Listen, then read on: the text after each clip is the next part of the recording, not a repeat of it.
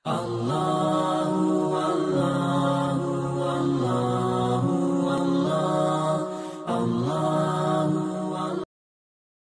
ini bulan Rajab, Ira Jairo, kita sudah sampaikan salah satu bulan haram Rajab, ya, Zulkaidah, Zulhijjah dan Muharram, dan di dalamnya itu banyak mendapat kebaikan-kebaikan orang yang melakukan amalan-amalan yang baik, dimotivasi.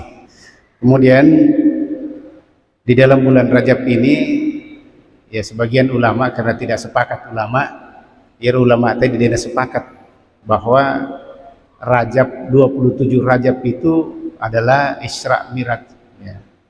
Jadi ada beberapa pandangan, banyak pandangan ulama. Ada yang menyatakan bulan Rabiul Awal, ada yang menyatakan bulan Ramadan, banyak-banyak lah. Jadi aja dibahas ya, karena ulama menyatakan itu tidak penting.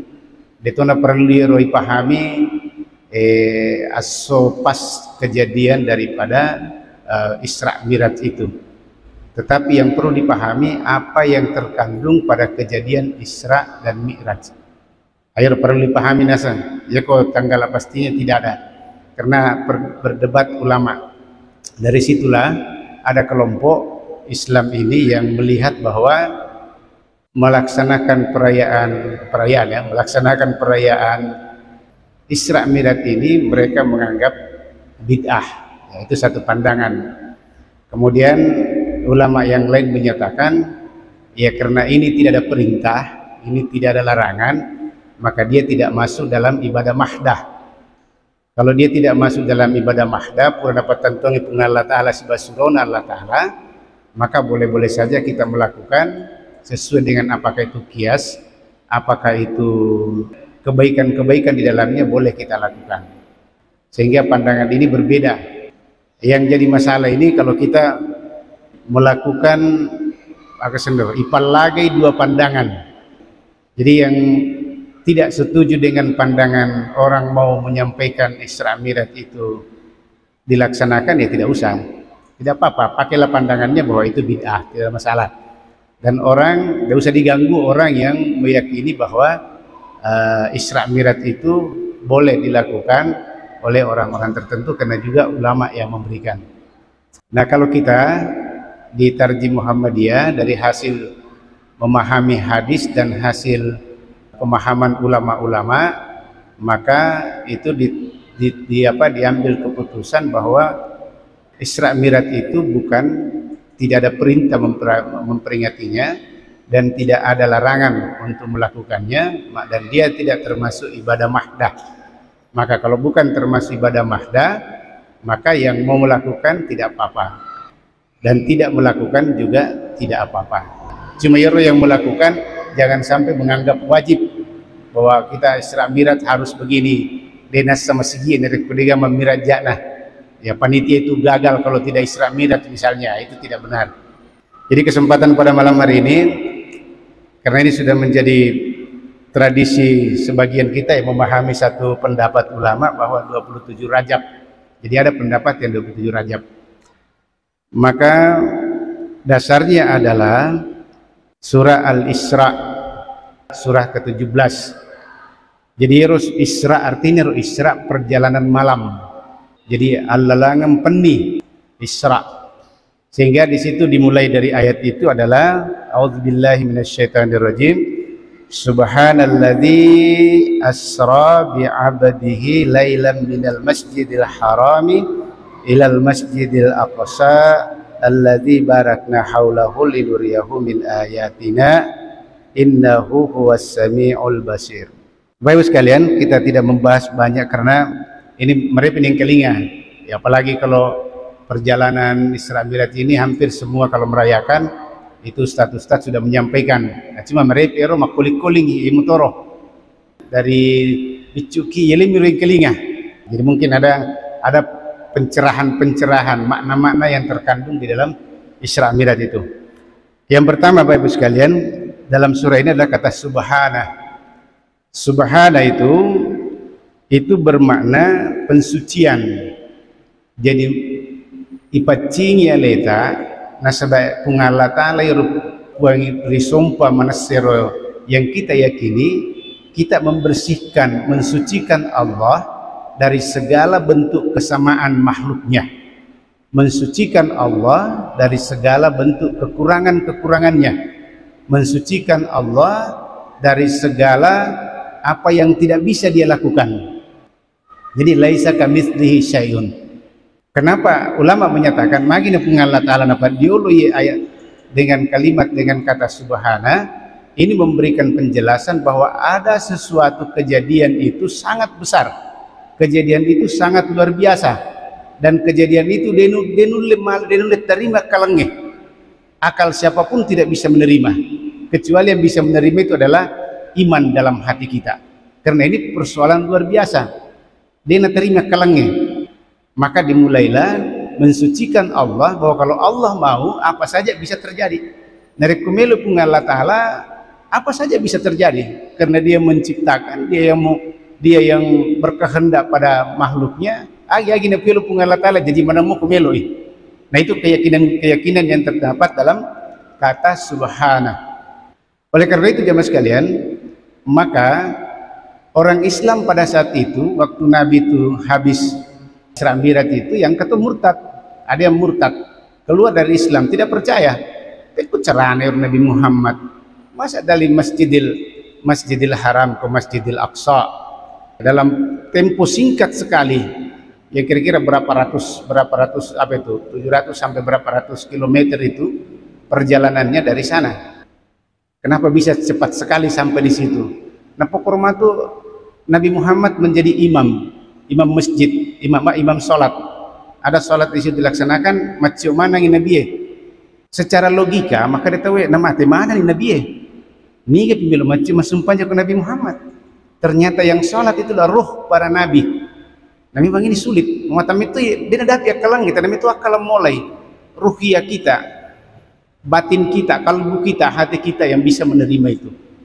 Sehingga dari situ kalau sudah bisa kita terima, barulah dia terjadi mi'raj, menre disuruh naik ke atas, ya diperjalankan. Nah ini makna subhana.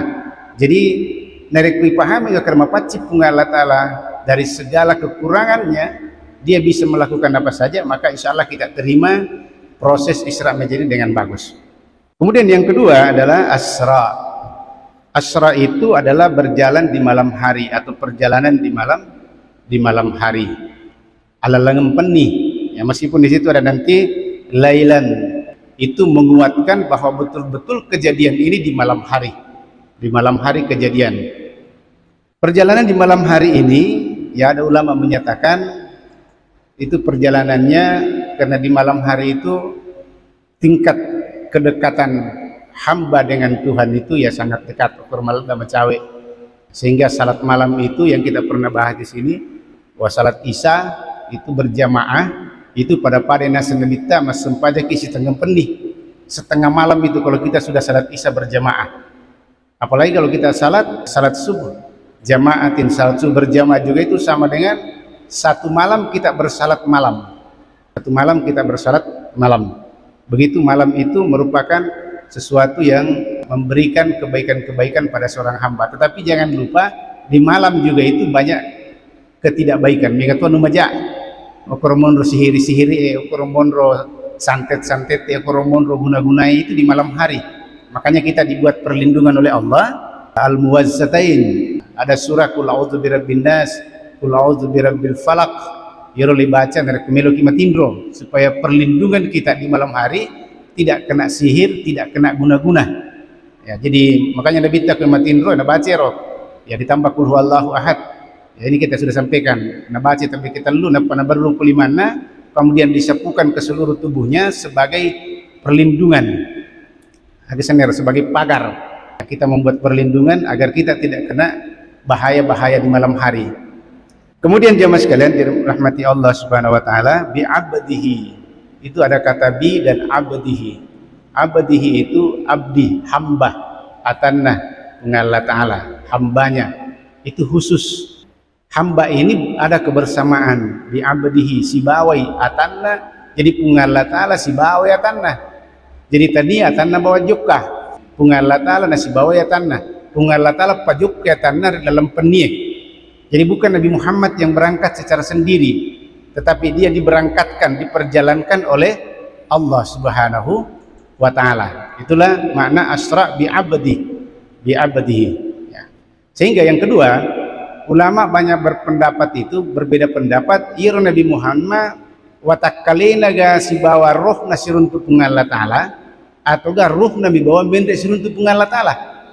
Nah dari ayat ini bi abdihi, ulama yang yang kita paling kuat dasarnya itu adalah iro nabita watakale jasa dia si bawa ruhiyah.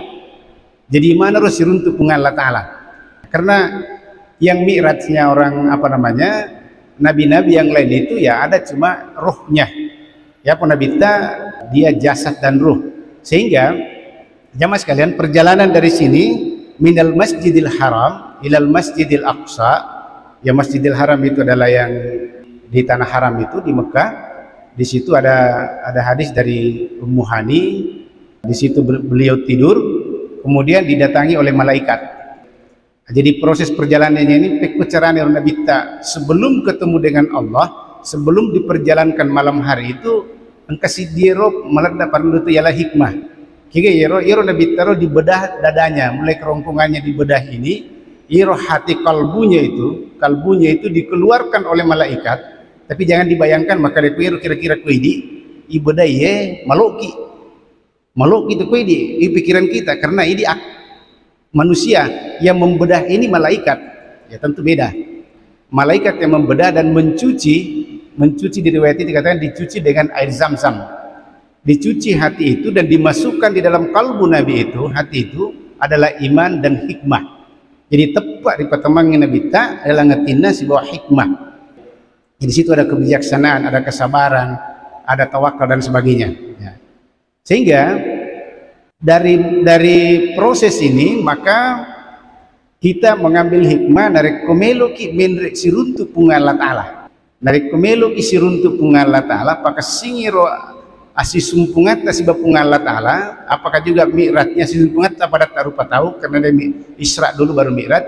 Maka yang pertama dibenahi itu bersihkan hati kita dulu.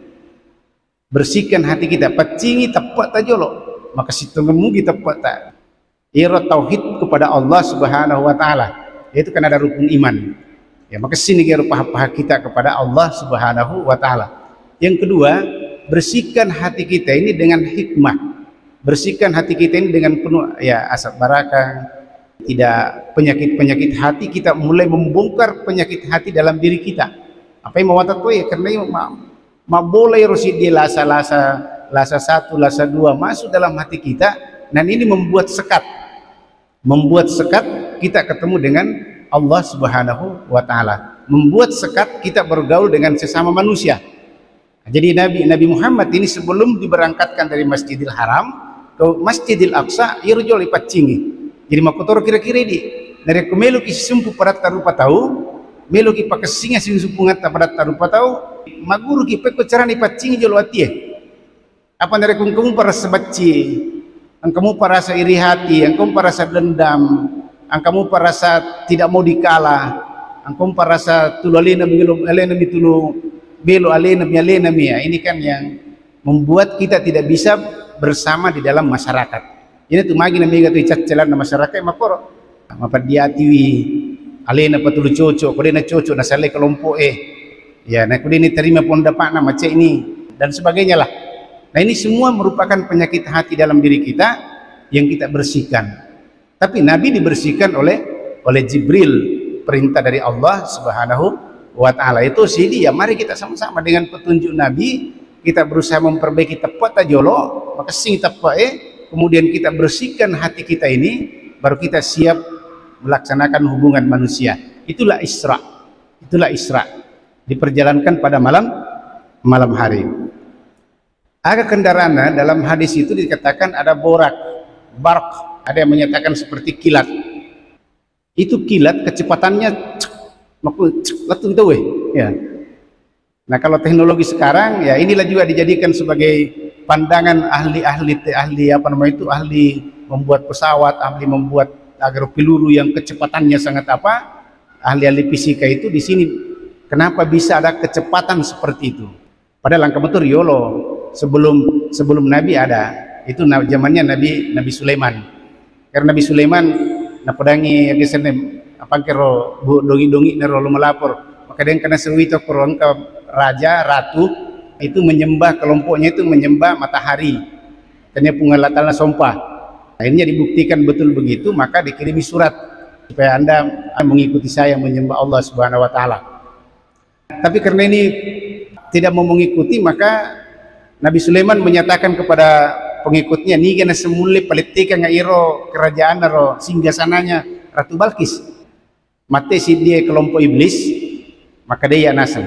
Dia panasat tasale itu dengan tanangkan iro guys ne. Litte iro onrona mahligainya itu kerajaannya Ratu Balkis. Tapi di samping itu ada orang saleh. Nah, di situlah kehebatannya agama. Bendengi pakali iblis maka iblis ini terangkat namanya. Tapi di situ ada salah seorang orang saleh, siddi tu mata pelupung Allah Taala, maka sin pelupung Allah Taala, maka iya nasa ya Nabi Sulaiman. Iya nasa dia pernah pilih mata tamak pernah mata tangkan di roga galat tu. Nah, begitu cepatnya. Berarti sudah ada kecepatan pada saat itu. Makmur tak pilih mata nama kesis tak pangkatu niro litte niro kerajaannya Ratu Balkis datanglah di situ. Nah, ini perjalanan Nabi Muhammad ini ada borak ditunggangi dalam kecepatan cepat sekali karena dia adalah cahaya yang putih, tapi di situ diberikan pandangan malopo cede nyerange apa lebih besar dari apa itu malopo cede nyerange wayawana cede nyerange. Nah, kemudian jamaah sekalian dirahmati Allah Subhanahu wa taala, disampai dia di Baitul Maqdis di Masjidil Aqsa di Palestina, maka di situ dia simpan kendaraannya, kemudian masuk masjid dan dia salat. Nah, di situlah dia mengimami para nabi. Oke, kalau dia natama kalangi, mana kan nabi macam sempaja Nabi Adam sampai berapa nabi itu? Ya, ada merupakan berapa ratus itu nabi. Ya, ikut semua bersalat dengan nabi. Ini menunjukkan bahwa Nabi Muhammad itu adalah nabi yang paling tinggi di antara nabi. Jadi pangulunna sininna nabi. Nah, ini tuh makanya Allahumma salli ala sayyidina sayyid pangulunna nabi. Tapi kita biasa kata makanya ada yang pakai sayyidina. Ini juga ya tidak apa-apa kalau Anda mau pakai sayyidina, tapi paham dulu apa itu sayyid. Kita pahami pakai sayyidina. Kecuali kalau misalnya di dalam teks hadis matahiyaki demituga sayyidina. Maka mikro Allahumma salli ala Muhammad wa ala ali Muhammad. Dega sayyidinana. Tapi ada yang pakai tidak apa-apa, silakan saja pakai. Yang penting napahami tahu upakai iya nasaba makodelelena. Kita yang tidak pakai tidak usah, diam saja. Bang ketemu pidato maka Allahumma salli ala sayyidina Muhammad tidak apa-apa. Jadi mereka karena dia memahami bahwa nabi itu sayyid, penghulu para nabi. Kemudian Bapak sekalian, di situ dia diberangkatkan lagi naik di Mi'raj. Iro kata Mi'raj, Mi'raj itu tangga, adeng. Ya biasa kita tahu itu. Kata nega gitu, agar batuan na Isra Mi'raj. Ya Isra Mi'raj, Mi'raj ya tahu Isra itu perjalanan malam. Kalau Mi'raj itu tangga, batuanna lalam bendel langi Nah, di sini ada ulama menulis bahwa kenapa harus di langit. Ternyata ulama memberikan penjelasan makanya iro langi maprotesi ya maprotesi lupungan Allah Taala na pemelo doang kada upuang iro tanae linoe nonro itu madeceng angka nabi angka suruh angka orang-orang saleh ini nasal langi iya panato pinamen nang katolok ko ye lowi ki iro to makero ya, maka doa langit diterima, maka nabi diperjalankan sampai ke atas. Bapak sekalian dirahmati Allah Subhanahu wa taala. Yang pertama ini kita melihat dari perjalanan-perjalanan ini bahwa ada keterbatasan manusia dan ada kekuasaan Allah Subhanahu wa taala. Yang kedua, pada saat Isra, pada saat Mi'raj ini engkau pitulah pilangi arwah nabi nasiruntuk nabita. Tapi kita tidak melihat apa perjalanannya, tapi kita melihat dulu hikmahnya. Satu, di langit pertama Nabi bertemu dengan Nabi Adam. Nabi Adam. Tapi sebelum Nabi masuk di langit pertama itu engkau prosedur. Kira-kira ini tidak gampang orangnya di langit. Jika engkau mau kada boleh ke langit balik-balik itu. Langit setangi engkau panonroi. Itu ada SOP-nya. Ada namanya malaikat hasafah, penjaga pintu langit. Jibril saja sudah keluar masuk keluar masuk langit, keluar apa turun naik langit, itu masih itanai mupi. Ipodai ke malaikat pajaga pintu ni gatiko, ya kira-kira begitu. Siapa Anda? Maka di Jibril, saya Jibril. Nah seniga rumusi bawang. Kata Muhammad. Apakah itu utusan? Kata dia, Muhammad utusan Allah. Barulah dibuka pintu itu. Jadi ini sembarang tamu tahu tidak sembarang orang bisa menembus langit. Jadi kau kata cerita maka ada boleh lagi ya bale-bale itu. Tidak benar itu cerita-cerita cemelo minapa bong-bong masyarakat supaya loi cengat-cengat, loi marah dan sebagainya. Itu ke Nabi Adam mendoakan semoga Anda dan umatnya baik dan sebagainya. Apa maknanya di sini dipertemukan bahwa kita ulama memberikan penjelasan iro sekira-kirana yale makadero Nabi Adam adalah orang tua kita. Maka perlunna tu idi rupa tahu mapide ceki lori tomatwata loturio lota ima decenge. Jadi kita ada menghargai orang-orang terdahulu kita, orang tua kita, nenek-nenek kita, kakek kita, kan itu kakek kita adalah Nabi Adam. Nabi Adam pada saat itu giling lo kiri terwi, giling lo kanan mencawa-cawai. Makanya Nabi Muhammad magai yerona teriki nareko kiri kilo kiri. Nah saya yerona terika wite nasangan apoku yero mega taman neraka. Ya itu kasih terika masih nyawaku. Oleh karena itu kita ini anak cucu Adam. Kalau kita bermaksiat, kita melakukan keburukan-keburukan dan tidak melakukan pertobatan, maka icorebeang itu kita membuat kesedihan. Ipa mesing itu nyawana neneta Nabi Adam. Nah sebab pangko kata, makotor kira-kira ini anak kina tomatoa, maka kira-kira narekwi di anak mapego anu maja, tentu kan tomatoa tak pantas rasa. Tentu tomatoa tak masih nyawana. Itu makna-makna begitunya. Maka itu sebenarnya mecawa-cawa nasa narekwi gili kilo kanan. Itu sih mecawa-cawa gili kilo kanan nasa witer rumah anak poku nasaro enggemanilah surga. Inilah yang kita diberikan pelajaran sehingga bahwa hidup ini perlu ada tujuan, perlu ada visi. Kemudian yang kedua jelaskan waktu ya. Yang kedua adalah di langit kedua beliau ketemu dengan Nabi Isa dan Nabi Yahya. Ini nabi yang masih muda. Dia meninggal dalam keadaan masih muda. Dia punya ambisi, dia punya semangat dalam berkorban. Jadi mana bisa diambil maka dia terutama yang masih muda, maka dia ini umat Nabi Muhammad untuk menjalankan kehidupan ini harus rela berkorban. Nabi Isa itu makor rela berkorban. Tantang apa itu? Menerima dan sebagainya. Betul-betul dia menanamkan rela berkorban, tulus berkorban untuk agama Allah Subhanahu wa taala. Kemudian yang ketiga Nabi Yusuf. Dia ketemu dengan Nabi Yusuf di langit ketiga. Kemudian pekerja keras. Islam ini memberikan pelajaran bahwa kenapa Nabi ketemu itu memberikan pelajaran bahwa Islam ini harus kerja keras. Melu kisiruntu pungan Allah Ta'ala pertama harus ada tujuan bahwa kita ini khalifah, kita ini hamba Allah, kita ini khalifatullah. Yang kedua kita harus punya semangat berkorban karena Allah. Yang ketiga kita harus kerja keras untuk melakukan pekerjaan ketemu dengan Allah. Yang keempat ketemu dengan Nabi Idris di langit yang keempat. Ini Nabi Idris, Nabi yang paling cerdas. Semua ilmu waktu itu pura Nabi Adam, Nabi Idris. Nabi Idris itu semua ilmu di situ, dasar-dasar ilmu sudah ada. Ilmu fisika, ilmu kedokteran di situ, dasar matematika di situ, dasar-dasarnya dapat disengin kemana koro.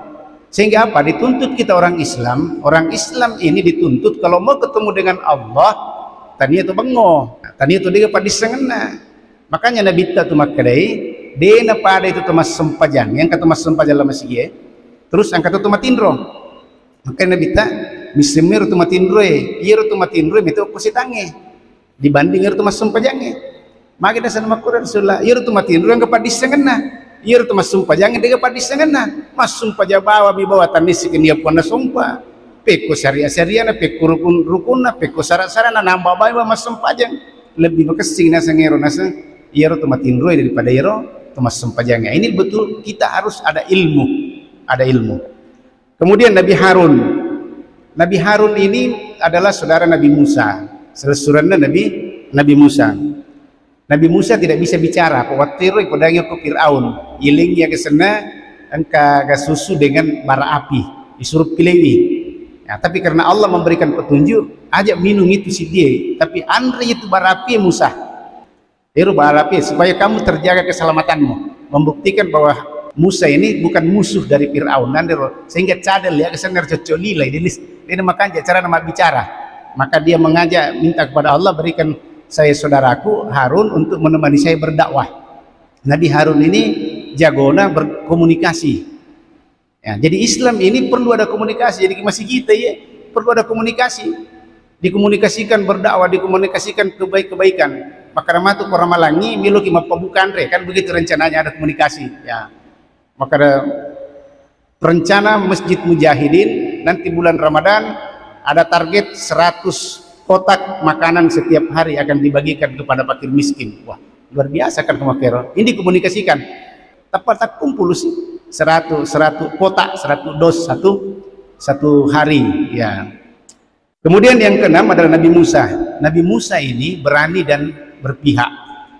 Itu Bani Israel itu icece sebenarnya tuh maksudnya mabela di pelipungan Allah Ta'ala. Ipodai makai melanggar sih. Tapi magi na puji Nabi Musa Bani Israel nasi bawangi nasaberu Bani Musa tertindas. Dia ditindas oleh Raja Fir'aun.